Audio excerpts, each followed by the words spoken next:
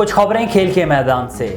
Italy में association of tennis professional event के final में कामयाबी हासिल करके नोवाक जोकोविच ने 7वीं मर्तबा टाइटल अपने नाम कर लिया।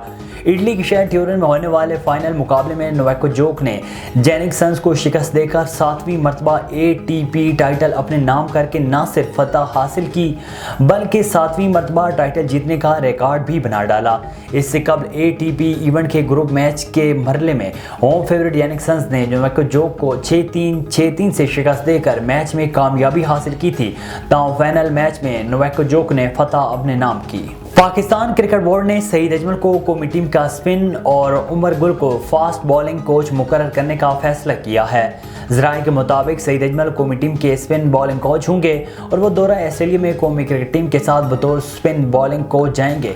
ज़राए ने मजीद बताया कि साबिक फास्ट बॉलर उमर गुल कौमी क्रिकेट टीम के फास्ट बॉलिंग कोच होंगे और वो दौरे ऑस्ट्रेलिया में बतौर फास्ट बॉलिंग कोच टीम के हमरा जाएंगे। पीसीबी ज़राए का कहना है कि पाकिस्तान क्रिकेट बोर्ड दोनों क्रिकेटर्स की बाकायदा तैनातियां जल्द कर देगा। वर्ल्ड कप 2023 के फाइनल में भारत को शिकस्त देकर आलमी चैंपियन बनने पर निगरान वज़ीर-ए-आज़म अनवारुल्लाह काकड़ ने ऑस्ट्रेलियाई टीम को मुबारकबाद पेश की। निगरान वज़ीर-ए-आज़म अनवारुल्लाह काकड़ ने समाजी राब्ते की वेबसाइट एक्स पर अपने पैगाम में लिखा कि आलमी कप जीतने पर ऑस्ट्रेलिया को मुबारकबाद पेश करता हूँ। ट्रेविस हेड ने नाकाबिले यकीन इनिंग्स खेली। भारतीय टीम ने भी उम्दा खेल पेश किया।